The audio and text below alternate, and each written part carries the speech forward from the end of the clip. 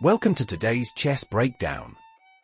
In this thrilling encounter from the 1927 World Championship match, we witness the legendary José Raúl Capablanca face off against the formidable Alekhine. This game, filled with rich strategic ideas and sharp tactics, showcases the clash of two of chess history's greatest minds. Join me as we dive into each move to explore their plans, tactics, and innovations on the board. Let's unravel the complexities of this epic battle and discover what made it a pivotal moment in the world of chess. Ready? Let's get started. Pawn to d4. Capablanca opens with the queen's pawn opening, aiming for central control. Pawn to d5. Alekhine replies with solid defense, establishing his own presence in the center. Pawn to c4. Capablanca plays the queen's gambit, offering the c4 pawn to challenge black's center. Pawn to e6. Alekhine declines the gambit, reinforcing the d5 pawn and maintaining a solid structure. Knight to c3. Capablanca develops his knight, supporting the d4 pawn and preparing for further piece activity. Knight to f6. Alekhine develops his knight, targeting the e4 square and exerting pressure on the center. Bishop to g5.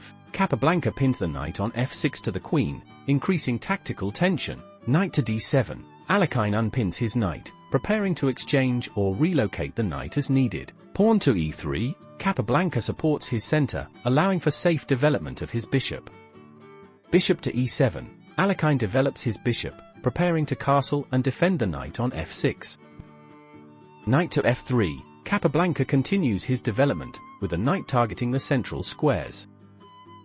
King castles kingside. Alekhine safely moves his king, connecting the rooks and securing his position. Rook to c1. Capablanca supports his c4 pawn, eyeing the c-file for potential play. Pawn to a6. Alekhine prevents any potential b5 advance, intending to expand on the queen side.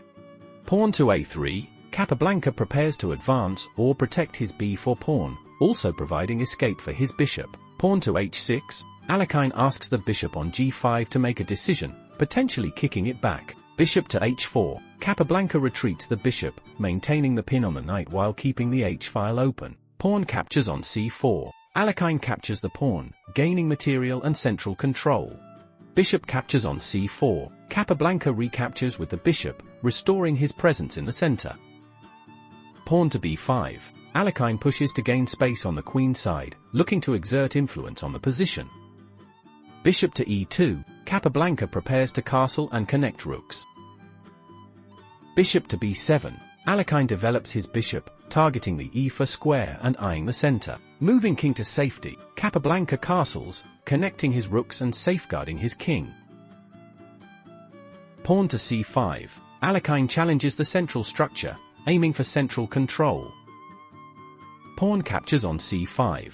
Capablanca captures the pawn to simplify the position. Knight captures on c5.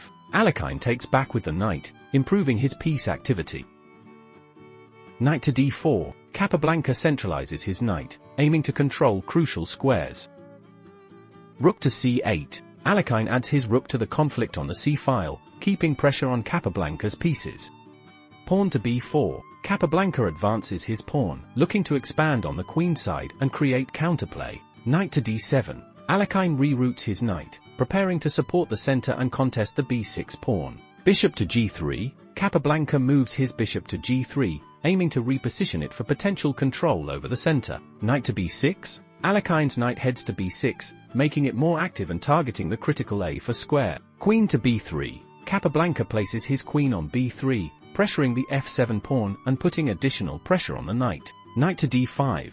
Alekhine centralizes his knight, where it influences both sides of the board and attacks the c3 knight. Bishop to f3. Capablanca makes a defensive move, consolidating his position and maintaining pressure on the knight. Rook to c4. Alekhine doubles up on the c-file, increasing pressure on the c3 knight and preparing to support future pawn advances. White plays the knight to e4, aiming for control of the center and potentially to launch an attack. Black responds with qc8, eyeing the knight and preparing to activate the pieces. White captures the rook on c4 with his rook, initiating exchanges to relieve pressure. Black recaptures on c4 with the knight, maintaining material balance but improving piece activity. White plays rc1, aiming to contest the c-file while defending the knight on c3. Black moves the queen to a8, connecting rooks and eyeing potential threats on the a-file. White develops the knight to c3, reinforcing the position and adding support to the b5 pawn. Black brings the rook to c8, doubling up on the c-file and increasing pressure on White's center. White captures the knight on d5, trying to open the position and create counterplay. Black responds by taking the knight on d5, simplifying the position further in their favor. White recaptures with the bishop, keeping the pressure while centralizing the pieces. Black captures the bishop, now attacking the rook and gaining a material advantage. a4. White advances the pawn, trying to create weaknesses and disrupt Black's pawn structure. Black moves the bishop to f6, maintaining central control and preparing to connect the rooks. White develops the knight to f3, reinforcing the position while preparing to challenge Black's piece placements. Black brings the bishop to b2, creating threats and aiming for tactical opportunities against the a-pawn and the rook on c1. White plays one rupee, activating the rook and putting pressure on the e-file, trying to contest Black's control. Black aligns the rook on d8, solidifying control over the center and preparing for future tactical plays. A takes b5. White captures the pawn on b5, attempting to break through the center. A takes b5. Black recaptures with the a-pawn, maintaining pawn structure while continuing to threaten White's position. White plays h3, providing a flight square for the king and preventing back rank threats. Black plays e5, further controlling the center and preparing to push for an advantage. White moves the rook to b1, trying to assert control over the b-file and contest Black's activity. Black pushes the pawn to e4, creating a strong pawn chain and limiting White's knight mobility. White moves the knight to d4, trying to find an active square and relieving some tension in the center. Black captures the knight on d4, simplifying the position while increasing material advantage. White pins the bishop with his rook, aiming to maintain pressure along the d-file, but it's a challenging position. Black plays knight takes e3, capturing material and ensuring a winning position. With this last move, Black solidifies the victory. White resigns as Black has overwhelming material and positional advantages. Thank you for joining me on this journey through one of the most captivating games in chess history. We've seen how strategic brilliance and tactical ingenuity brought Alekhine victory over José Raúl Capablanca in this legendary encounter. If you enjoyed this breakdown, please give it a thumbs up, subscribe for more chess content, and hit that notification bell to stay updated on our latest analyses. I'd love to hear your thoughts on this game. What did you find the most interesting?